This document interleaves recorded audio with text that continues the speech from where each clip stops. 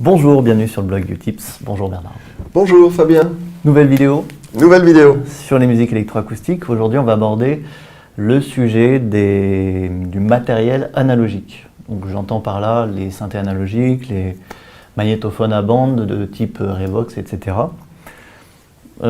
Aujourd'hui, est-ce que ça vaut le coup d'utiliser encore ces outils ? Est-ce qu'on les utilise comme avant ? Voilà, quel est l'intérêt aujourd'hui de... Est-ce qu'on peut être plus créatif finalement si on est limité plutôt que d'avoir un ordinateur qui sait tout faire ? Alors c'est certain que l'ordinateur sait tout faire et que quand on travaillait sur l'analogique, on passait son temps à se plaindre du fait que ces machines n'étaient pas aussi fiables qu'on aurait souhaité, notamment en termes de qualité de son. Et pourtant, en fait, moi je regarde ça avec un œil différent en voyant des gens qui s'intéressent aux techniques analogiques et qui aimeraient les utiliser, alors que souvent c'est devenu difficile. C'est difficile de trouver un magnétophone de type Revox qui fonctionne encore bien et qui soit encore bien réglé. Mais il y a déjà, on peut le dire, une espèce de nostalgie qui est aussi celle du disque vinyle et de la synthèse analogique, etc., etc. Ce qui est certain, c'est que si par exemple on parle de la synthèse analogique, le son était assez différent. Il était moins sophistiqué, il était beaucoup plus électrique que électronique. Il sentait le 220 volts à plein nez. Et il avait des couleurs quand même qui étaient... C'est d'ailleurs ce qu'on essaye de retrouver dans les synthés sur l'ordinateur. Il y a des programmes pour fausser le son. Très souvent, je dis aux gens, mais vous essayez de retrouver tout ce contre quoi nous avons lutté, nous. C'est-à-dire qu'on n'aimait pas tellement le fait que l'électricité se manifeste comme ça dans les musiques.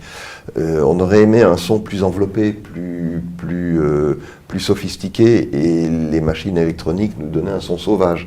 Et maintenant, on voit même des logiciels qui essayent, avec un ordinateur, de reproduire le son et cette sauvagerie qu'on avait du temps de l'analogique.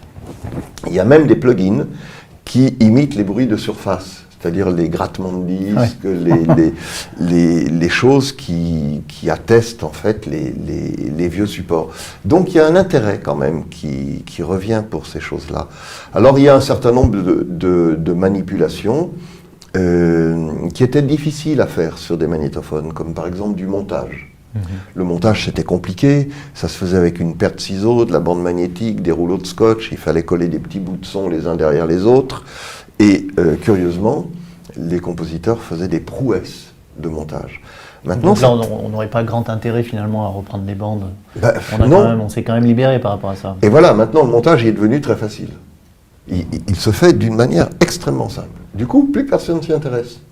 Donc, c'est assez amusant parce que ça veut dire que c'est la difficulté pour obtenir les choses qui a fait que les gens se sont acharnés dans une direction ou dans une autre. Et souvent, les gens qui sont intéressés par ce retour vers l'analogique s'aperçoivent à quel point c'était difficile et, à nouveau, ils ont envie de surmonter ces obstacles. Mais il y a des sons et il y a des comportements particuliers qui sont liés à l'utilisation de la bande magnétique et du magnétophone. Il n'y a pas que les défauts, il y a toutes les manipulations qui se font à la main sur la bande magnétique qui ressemblent d'une certaine manière à du scratch, voilà, et qui sont porteurs d'une esthétique qui est assez particulière parce que on ne sait pas bien reproduire ça sur les machines contemporaines. Parce qu'aujourd'hui, il y a des sociétés comme Arturia, je pense, une société grenobloise qui fait un peu comme ces cobols, là, qui ressort des synthés analogiques. Ça se vend comme des petits pains. Donc c'est peut-être ces outils-là aujourd'hui qui sont intéressants d'utiliser plutôt que finalement de la synthèse sur ordinateur. Disons qu'il y avait une chose qui, sur la responsabilité qu'on pouvait avoir sur le son, était intéressante. Dans l'analogique, c'est qu'une console, par exemple, c'était des boutons, et on tournait des boutons, et physiquement, on envoyait le son dans un câble, et ça prenait telle direction, et ça revenait par là, etc. On pouvait suivre le trajet physique du son.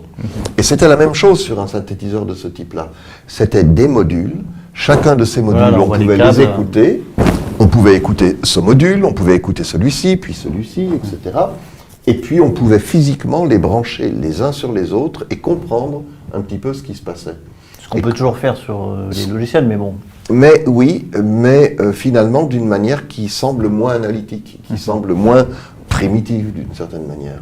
Et on voit actuellement des synthétiseurs numériques sur lesquels on branche des câbles virtuels pour aller d'un point à un autre, pour resimuler ces trajets du son et la compréhension qu'on pouvait en avoir. Ok, donc merci Bernard pour ces petits éclairages. D'ailleurs, avant de se quitter, tu proposes aussi un stage à Lyon sur les techniques analogiques. Alors de temps en temps, je fais ça, oui, et ça me prend pas mal de temps parce qu'il faut d'abord remettre en route un vieux studio analogique, c'est-à-dire aller chercher tous les magnétophones, les régler, remettre une console, l'étalonner, etc., etc.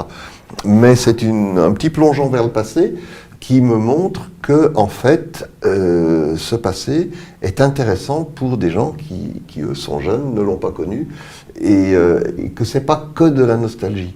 Oui, ça permet aussi de bien comprendre les outils numériques. Voilà, ça permet de comprendre les outils numériques, et puis ça permet d'avoir des raisonnements qui sont assez particuliers et qui peuvent s'appliquer par la suite au numérique. Écoute Bernard, merci beaucoup. Merci à bientôt. à toi.